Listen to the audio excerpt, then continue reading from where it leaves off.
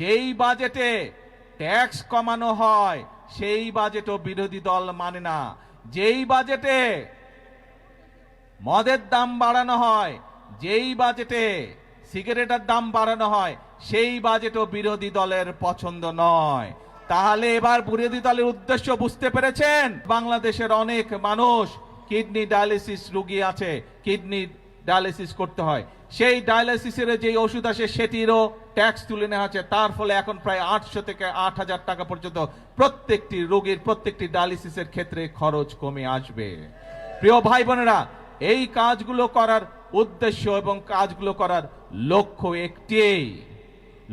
একটি কি সেই লক্ষ্য? সেই লক্ষ্য হচ্ছে দেশের মানুষ যাতে একটু ভালো থাকতে পারে। আজকে সকালবেলায় আসার সময় যখন আমি প্লেনে করে এই কক্সবাজার আসছিলাম, তখন আমি প্লেনে বসে বসে পত্রিকাগুলো দেখছিলাম যে কি কি সংবাদ করেছে। অনেকগুলো পত্রিকাতে আমি দেখলাম, পত্রিকাগুলো নিউজ করেছে প্রতিবার বাজেটের সময় নিত্য প্রয়োজনীয় জিনিসের মূল্য পরের দিনই বৃদ্ধি পায়। আল্লাহর রহমতে আলহামদুলিল্লাহ, শুকুর আলহামদুলিল্লাহ, এইবার বাজেট দেওয়ার পরে এখন পর্যন্ত কোনো জিনিসের দাম বৃদ্ধি পায়নি। কারণ চাল, ডাল, তেল, নুন সব প্রয়োজনীয় যে জিনিসগুলো আছে তার উপরে যে সকল ট্যাক্স ছিল, বর্তমান সরকার এই 2 দিন আগের বাজেটে 60টি পণ্যের উপর থেকে ট্যাক্স তুলে নিয়েছে, যাতে করে নিত্য প্রয়োজনীয় জিনিসের দাম না বাড়ে। প্রিয় ভাই বোনেরা, কারণ উদ্দেশ্য একটি, লক্ষ্য একটি, দেশের মানুষ যাতে ভালো থাকতে পারে।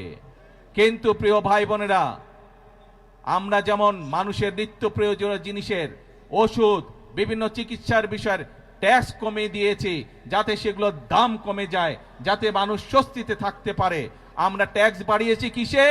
আমরা ট্যাক্স বাড়িয়েছি মদের উপরে। আমরা ট্যাক্স বাড়িয়েছি কিসে? আমরা ট্যাক্স বাড়িয়েছি সিগারেটের উপরে, যা মানুষের জন্য ক্ষতিকারক।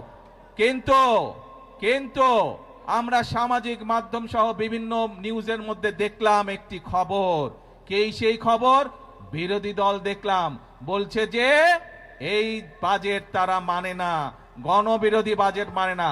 প্রিয় ভাই বোনেরা, আপনাদের কাছে আমার প্রশ্ন, দাঁড়াও। প্রিয় ভাই বোনেরা, আপনাদের কাছে আমি প্রশ্ন রেখে যেতে চাই, যেই বাজেটে ট্যাক্স কমানো হয় সেই বাজেটও বিরোধী দল মানে না। যেই বাজেটে মদের দাম বাড়ানো হয়, যেই বাজেটে সিগারেটের দাম বাড়ানো হয়, সেই বাজেটও বিরোধী দলের পছন্দ নয়। তাহলে এবার বিরোধী দলের উদ্দেশ্য বুঝতে পেরেছেন, লক্ষ্য বুঝতে পেরেছেন?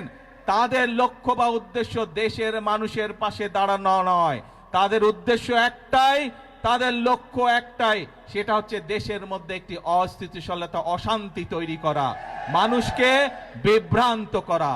প্রিয় ভাই বোনেরা, আমরা আরেকটি বিষয় এখানে বাজেটের মধ্যে উল্লেখ করেছি, বাংলাদেশ কৃষি প্রধান দেশ, কিন্তু কৃষির সাথে সাথে একই সাথে আমাদেরকে শিল্প বাণিজ্য গড়ে তুলতে হবে।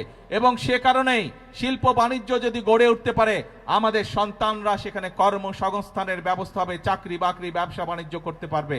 এবং সে কারণেই যে সকল শিল্প দেশে উৎপন্ন হয়, যে সকল দ্রব্য দেশে উৎপাদিত হয়, একই জিনিস যেগুলো বিদেশ থেকে আসে সেগুলোর উপরে আমরা ট্যাক্স বাড়িয়েছি, যাতে করে দেশে যেই দ্রব্যটি উৎপাদিত হচ্ছে সেই দ্রব্যটি যারা উৎপাদিত হচ্ছে সেই শিল্প কারখানাটি যাতে সাপোর্ট পেতে পারে, তার ব্যবস্থা আমরা এই বাজেটের মধ্যে রেখেছি।